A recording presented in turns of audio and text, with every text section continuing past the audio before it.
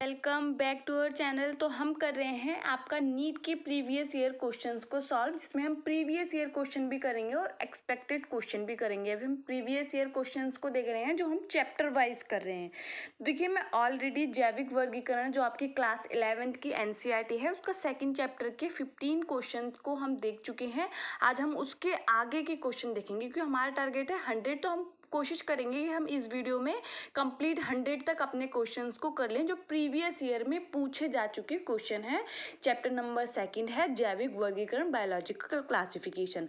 Channel पर नए हैं तो चैनल को सब्सक्राइब कीजिए। दोपहर 12 बजे आपको इस तरह की वीडियो मिलती है, तो चैनल को ज़्यादा से ज़्यादा शेयर करना है नीट एस्पिरेंट्स के साथ। हम आपका क्रैश कोर्स भी शुरू करेंगे जब आप ज़्यादा से ज़्यादा शेयर करेंगे आपके चैनल पर, वो भी हिंदी में, जो कि कंप्लीटली एनसीईआरटी बेस्ड होगा।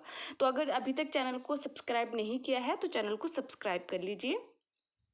फर्स्ट क्वेश्चन आप अपनी स्क्रीन पर देखिए, जो इस चैप्टर का 16वां प्रश्न है आपका। बाकी 15 हम कर चुके हैं, प्लेलिस्ट बनी हुई है, उससे देख सकते हैं। ठीक है। वह जीव जो मृदा के वातावरण की नाइट्रोजन का स्थायीकरण करते हैं निम्न श्रेणी में आते हैं। तो देखिए, जो नाइट्रोजन स्थिरीकरण करते हैं वो आपके प्रोकैरियोट्स होते हैं, जिसमें आप देखेंगे कौन होते हैं, साइनोबैक्टीरिया होते हैं, जिनको हम नीले हरे शैवाल भी बोलते हैं। तो ये एक प्रकार के क्या है, जीवाणु हैं। तो यहाँ पर जो करेक्ट आंसर है वो है आपका ऑप्शन 1। जो आपका हेट्रोसिस्ट, उनमें विशेष प्रकार की कोशिकाएं होती हैं, उनमें पाया जाता है नाइट्रोजन स्थिरीकरण करने की क्षमता। हेट्रोसिस्ट जो उनकी कोशिकाएं हैं उसी के द्वारा वो नाइट्रोजन स्थिरीकरण करते हैं। नाइट्रोजन स्थिरीकरण करने की जरूरत क्या पड़ती है ये मैं आपको बता चुकी हूँ। ठीक है। नेक्स्ट क्वेश्चन देखेंगे, जीवाणुओं में परागकर्मण निम्न द्वारा होता है। तो इस चीज को यहाँ पर समझेंगे, जो जीवाणु होते हैं उसमें आपको बताया गया है कि लैंगिक जनन नहीं पाया जाता है। वो क्या करते हैं, द्विविभाजन से, सिंपली अलैंगिक जनन से क्या करते हैं, जनन करते हैं। उनमें वहां पर आपको लैंगिक जनन देखने नहीं मिलता है। हम कहें तो वास्तविक लैंगिक जनन देखने नहीं मिलता है। डीएनए का आप देखते हैं रिकॉम्बिनेशन, ये सब होता है, लेकिन वहां पर आपको लैंगिक जनन देखने नहीं मिलता। तो पारक्रमण जो है वो एक प्रकार की जो आप फॉल्स सेक्सुअल रिप्रोडक्शन बोल सकते हैं, उसका प्रकार है, जो होता है आपका किसके द्वारा, फैज वाहक के द्वारा। मतलब इसमें एक वाहक की जरूरत होती है। क्वेश्चन नंबर 18, अनेक नीले हरे शैवाल गर्म झरनों में पाए जाते हैं। इन शैवालों में ताप सहनशीलता निम्न द्वारा प्रदान की जाती है। तो देखिए, जो आपका मतलब जो गर्म टेम्परेचर में रह सकते हैं, बहुत ज़्यादा गर्म टेम्परेचर में आपको नीले हरे शैवाल साइनोबैक्टीरिया मिल सकते हैं। तो ये जो इनको लक्षण मिला है वो किसकी सहायता से मिला है, इनमें प्रोटीनों में महत्वपूर्ण सहध्रुवीय बंधों के द्वारा। तो यहाँ पर जो आपका ऑप्शन नंबर 2 है वो करेक्ट हो जाएगा। नेक्स्ट देखेंगे, सर्वप्रथम जीवाणु देखे गए थे। तो देखिए, सर्वप्रथम जो आपके जीवाणु देखे थे वो किसने देखे थे, एंटोनी वॉन ल्यूवेनहॉक ने। तो इनको ही बोला जाता है कि सबसे पहले जीवित कोशिका की खोज किसने की थी, एंटोनी वॉन ल्यूवेनहॉक ने की थी। उन्होंने जो सबसे पहले जीवित कोशिका देखी थी वो क्या था, एक जीवाणु था। तो ये भी ध्यान रखना है। ठीक है। नेक्स्ट देखेंगे, बाकी आपको पता है शुक्राणु की खोज भी इन्होंने की थी, आपके आरबीसी की खोज भी की थी। नेक्स्ट क्वेश्चन देखेंगे, अधिकांश कार्बनिक यौगिकों का अपघटन होता है। तो देखिए, जो कार्बनिक यौगिक होते हैं उनका अपघटन बताना है आपने। तो देखिए, ये बैक्टीरिया करते हैं, या फिर आप बोल सकते हैं कि जो आपके कवक होते हैं वो करते हैं। तो यहाँ पर अगर हम बैक्टीरिया का उदाहरण देखेंगे तो स्यूडोमोनास आपका क्या है, बैक्टीरिया है। फिर देखिए, कुछ जीवाणुओं में कौन से लैंगिक अंग पाए जाते हैं। प्रीवियस ईयर क्वेश्चन हर एग्जाम के लिए बहुत ज़्यादा ज़रूरी होते हैं, और आप नीट को देख रहे हैं तो आपको नीट को पैटर्न को फॉलो करने के लिए कम से कम 10 साल के प्रीवियस ईयर क्वेश्चंस को सॉल्व करेंगे तो आपको पता चल जाएगा किस तरीके से आपके क्वेश्चन बनते हैं। कुछ जीवाणुओं में कौन से लैंगिक अंग पाए जाते हैं, कुछ जीवाणुओं में बताना है कौन से लैंगिक अंग पाए जाते हैं, लिंग रोम आप बोल सकते हैं। जबकि जीवाणुओं में क्या होता है आपका लैंगिक जनन अनुपस्थित होता है जब बहुत ही ज़्यादा अनफेवरेबल कंडीशन आएंगी, फेवरेबल प्रतिकूल परिस्थिति आएंगी, तब आपका क्या होगा, वो लैंगिक जनन करेंगे। अनुकूल परिस्थितियों में वो अलैंगिक जनन ही करते हैं, द्विविभाजन द्वारा अपना जनन करते हैं। बीजीए जिसको ब्लू ग्रीन एल्गी, नीले हरे शैवाल, निम्न में से कौन से समूह में आते हैं, तो किस में आते हैं, प्रोकैरियोट में आते हैं और जगत मोनेरा के अंदर आते हैं। जीवाणुओं में किस प्रकार का डीएनए होता है, तो देखिए जो जीवाणु होते हैं उनमें डीएनए अगर हम देखें तो उनमें डीएनए जो होता है सर्कुलर होता है। कैसा होता है, वर्तुल डीएनए पाया जाता है जिसमें केंद्रक झिल्ली नहीं होती है। डीएनए कैसे होता है, इनका केंद्र, डीएनए के नाम पर हम बोल सकते हैं कि डीएनए ऐसे ही फैले रहता है, वो सर्कुलर होता है और केंद्रक में क्या है, केंद्रक झिल्ली अनुपस्थित होती है। ठीक है, नेक्स्ट क्वेश्चन। कुछ जीव 100 से लेके 105 डिग्री सेल्सियस ताप पर वृद्धि व गुणन करते हैं, ये निम्न के अंतर आते हैं। तो ये सभी किसके अंदर आते हैं, नीले हरे शैवाल, गर्म जल स्रोतों के क्या, नीले हरे शैवाल आपको उन जगहों पर भी मिलते हैं जहां पर दूसरे जीव सर्वाइव नहीं कर सकते हैं। ठीक है, ई कोलाई का डीएनए होता है। तो देखिए ई कोलाई क्या है, आपका एक बैक्टीरिया है, ये आंतों में भी पाया जाता है, मनुष्य की आंत में पाया जाने वाला बैक्टीरिया कौन सा है, ई कोलाई है। तो इसका कैसा होता है, तो देखिए वर्तुली होगा और कैसा होगा, डबल स्टैंडर्ड डीएनए होगा। तो ऑप्शन सेकंड आपका करेक्ट है। प्रकाश संश्लेषी जीवाणुओं में वर्णक होते हैं। देखिए जीवाणु जो होते हैं आपको पता है उनमें किसी भी प्रकार के कोशिकांग नहीं पाए जाते हैं, राइबोसोम को छोड़कर, जैसे यूकैरियोट में पाए जाते हैं। लेकिन जीवाणु फिर भी आपको, जब आपका यहाँ पर देख रहे हैं आपका यहाँ पर क्या नहीं है, कोई भी कोशिकांग नहीं है, लेकिन फिर भी प्रकाश संश्लेषण करते हैं वो। हम देखते हैं साइनोबैक्टीरिया प्रकाश संश्लेषण करते हैं, दूसरे बैक्टीरिया भी प्रकाश संश्लेषण करते हैं, वहां पर वो H2O की जगह H2S का निर्माण करते हैं, इसलिए वहां पर ऑक्सीजन रिलीज नहीं होती। लेकिन सबसे पहले ऑक्सीजनिक प्रकाश संश्लेषण किसने किया था, आपका नीले हरे शैवालों ने किया था। तो ये किस में होता है, जब आप उनके पास क्लोरोप्लास्ट ही नहीं है, तो ध्यान रखना है क्रोमेटोफोर इसका क्या है, करेक्ट आंसर है। ये वो संरचना है जो जीवाणुओं में प्रकाश संश्लेषण वर्णक से संबंधित है। ठीक है, नेक्स्ट देखेंगे। आर्की बैक्टीरिया के लिए कौन सा विकल्प सही है, जो आर्की बैक्टीरिया होते हैं वो क्या है, हम मानते हैं कि सबसे क्या है, सबसे प्राचीनतम जीव होते हैं आपके आर्की बैक्टीरिया। तो यहाँ पर सही क्या है, आर्की बैक्टीरिया सबसे प्राचीनतम जीव होते हैं आर्की बैक्टीरिया। इनको जीविंग वो भी बोलते हैं, लिविंग फोसाइल भी बोलते हैं, जीविक जीवाश्म भी बोलते हैं। तो ये सभी यहाँ पर वो होगा गलत। ठीक है, बाकी सबसे प्राचीनतम जीवित जीव कौन से हैं, आपके आर्की बैक्टीरिया हैं। साइनोबैक्टीरिया के लिए कौन सा विकल्प सही है, तो यहाँ पर देखिए साइनोबैक्टीरिया के लिए विकल्प सही बताना है, नाइट्रोजनेस युक्त ऑक्सीजेनिक। तो यहाँ पर ऑप्शन फर्स्ट आपका करेक्ट है। नेक्स्ट देखेंगे, वह जीव जो अपचयित अकार्बनिक यौगिकों के ऑक्सीकरण द्वारा ऊर्जा प्राप्त करते हैं कहलाते हैं। तो यहाँ पर जो आपका करेक्ट आंसर होगा वो है ऑप्शन सेकंड, क्योंकि क्या वो अकार्बनिक यौगिकों की ऊर्जा का इस्तेमाल कर रहे हैं, तो वो क्या है, रसायन स्वपोषी हैं। जीवाणु पारगमन के लिए कौन सा कथन सही है, अब पारगमन के लिए अभी आपने देखा था उसमें किसकी जरूरत होती है, फैज वाहक की होती है। तो यहाँ पर आपने करेक्ट ऑप्शन बताना है, विषाणुओं के द्वारा एक जीवाणु से दूसरे जीवाणु में कुछ जीनों का स्थानांतरण, जो बिल्कुल सही है। यहाँ पर क्या होता है, एक विषाणु का यूज होता है, विषाणु मान सकते हैं इसमें क्या है, आपके वाहक का काम करता है और इसके द्वारा क्या होता है, एक जीवाणु में दूसरे जीवाणुओं के जीनों का स्थानांतरण होता है। तो इसे ही हम बोलते हैं कि वास्तविक लैंगिक जनन नहीं होता, लेकिन वहां पर डीएनए का रिकॉम्बिनेशन पाया जाता है। विषाणु जो जीवाणुओं को संक्रमित करते हैं तथा उनका लयन करते हैं कहलाते हैं। तो यहाँ पर जो करेक्ट आंसर है वो है आपका ऑप्शन थर्ड, लाइटिक जीवाणु, लाइटिक विषाणु जो जीवाणुओं को संक्रमित करते हैं तथा उनका लयन करते हैं कहलाते हैं लाइटिक। सर्वाधिक अध्ययन की गई जीवाणु पादप पारस्परिक क्रिया है, तो यहाँ पर जो करेक्ट आंसर है वो है आपका ऑप्शन बी, एग्रोबैक्टीरियम द्वारा कुछ आवर्तबीजी पादपों में अर्बुद निर्माण। देखिए इस चैप्टर को हिंदी में पढ़ने के लिए चैनल को सब्सक्राइब और शेयर करना है, कि चीज़ को हम डिटेल में पढ़ेंगे।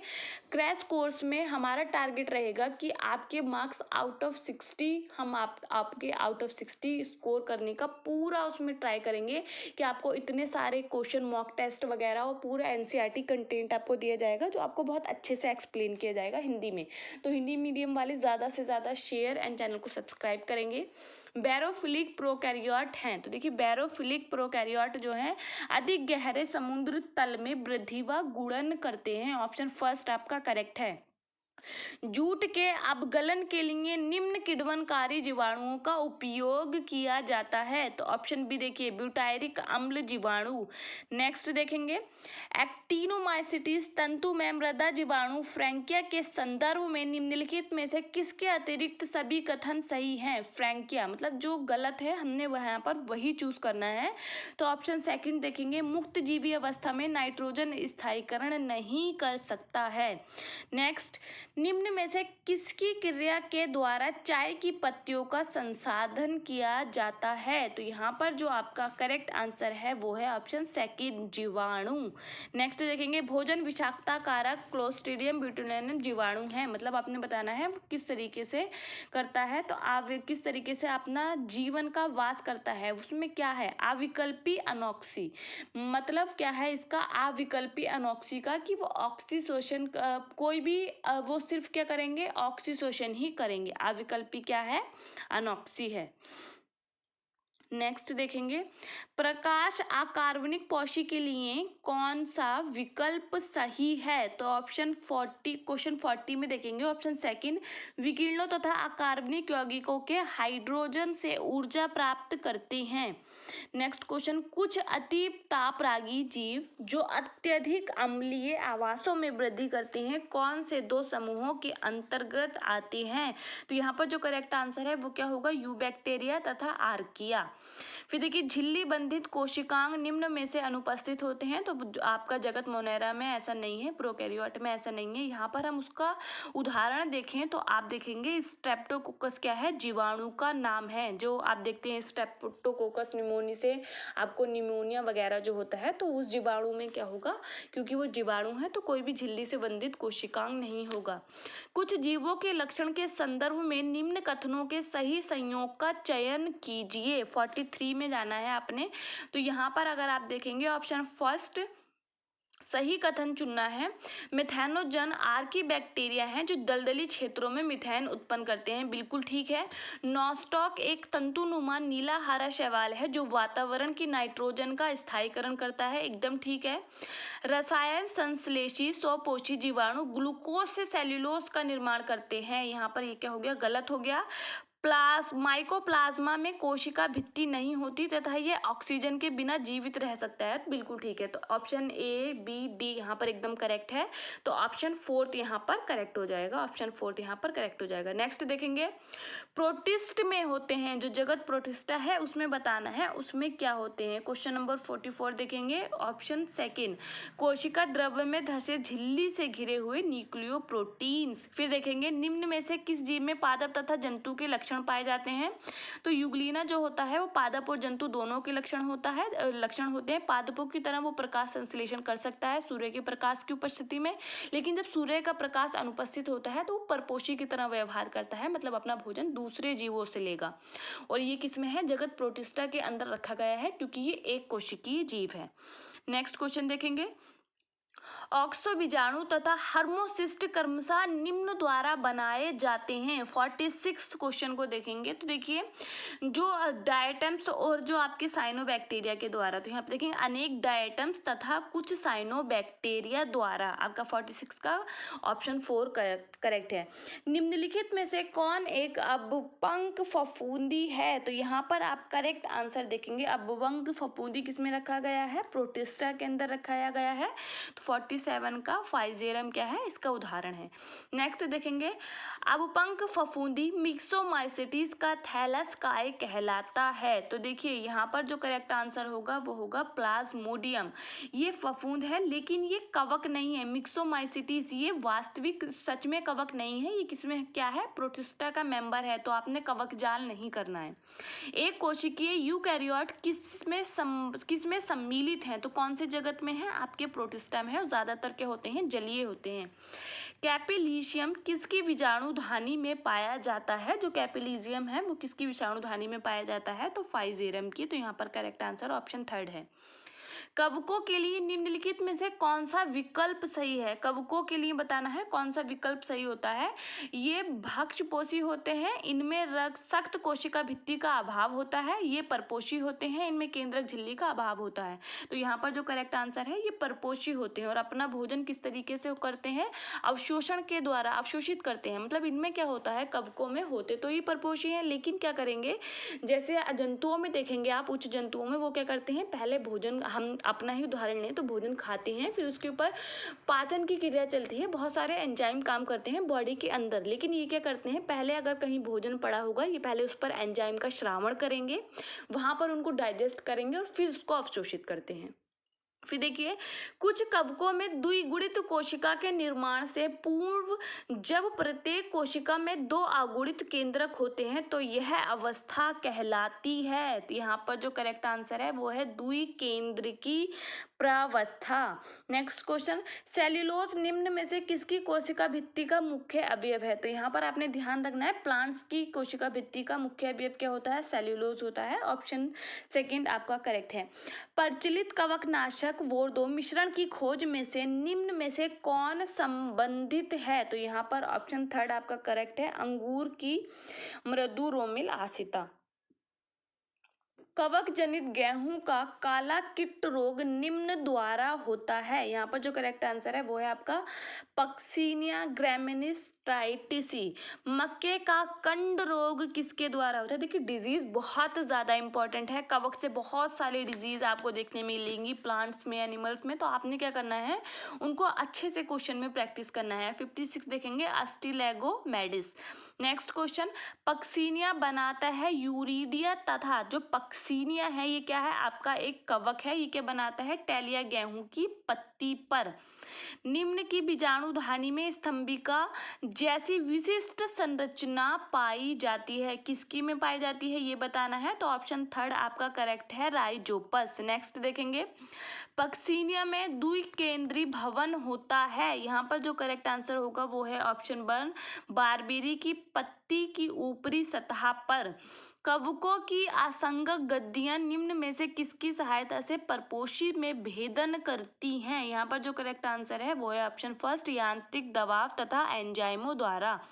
नेक्स्ट क्वेश्चन, कौन सा कवक रोग बीजों तथा पुष्पों द्वारा फैलता है? 61 का क्वेश्चन, फर्स्ट गेहूं का ऑप्शन 1 गेहूं का स्लथ कंड फसली पादपों के संचय के दौरान निम्न में से कौन विषस्रावित करता है? तो यहाँ पर जो करेक्ट आंसर है वो है ऑप्शन 1। नेक्स्ट देखेंगे, ब्रेड के एक टुकड़े पर म्यूकर की अधिकतम वृद्धि के लिए निम्न में से कौन सी वातावरणीय परिस्थितियां आवश्यक हैं? 63 क्वेश्चन देखिए। तो यहाँ पर देखिए, लगभग 25 डिग्री सेल्सियस तापमान, लगभग 5 डिग्री सेल्सियस तापमान, लगभग 5% आपेक्षिक सांद्रता, लगभग 95% आपेक्षिक सांद्रता, छायादार स्थान, तीव्र प्रकाशित आपका स्थान। तो यहाँ पर करेक्ट आंसर ऑप्शन 3 है, ए, डी और आपका ई करेक्ट है। नेक्स्ट क्वेश्चन देखेंगे, निम्न में से कौन सा युग्म बेसिडोमाइसिटीज के अंतर्गत आता है? एग्जाम्पल के थ्रू बताना है। 4 आपका करेक्ट हो जाएगा, बर्ड नेस्ट, कवक तथा पफ बॉल्स। राई का अर्गोट रोग निम्न की प्रजाति द्वारा होता है। 65 में जाएंगे, ऑप्शन 3 आपका करेक्ट है, क्लेवीसेप्स। नेक्स्ट क्वेश्चन, माइकोराइजा कवक मूल कौन सी क्रिया दर्शाता है? तो देखिए, माइकोराइजा जो है, आपको पता है माइकोराइजा क्या है? जो कवक होते हैं वो क्या करते हैं, उच्च पादपों की जड़ों के साथ सहजीवी संबंध दर्शाते हैं, उसको आप माइकोराइजा या कवक मूल कहते हैं। तो ये बताना है, इसको आप क्या बोलते हैं, क्या संबंध को आप क्या बोलेंगे? तो क्या बोलेंगे, सहजीविता। माइकोराइजा का निम्न रूप से सही वर्णन किया जा सकता है। तो कवकों तथा उच्च पादपों की मूलों के मध्य क्या सहबास, सहजीवी सहबास, मतलब उनकी मूलों के साथ इसका क्या होता है, सहजीवी संबंध होता है कवकों का उच्च पादपों में। ठीक है, तो उसको आप माइकोराइजा बोलते हैं। ये टर्म बहुत बार पूछा जाता है, ध्यान रखना है। तो आज के लिए इतने ही क्वेश्चन छोड़ते हैं, बाकी हम नेक्स्ट वीडियो में करेंगे दोपहर 12 बजे। तो अगर अभी तक आपने चैनल को सब्सक्राइब नहीं किया है तो सब्सक्राइब और शेयर कीजिए। Thank you.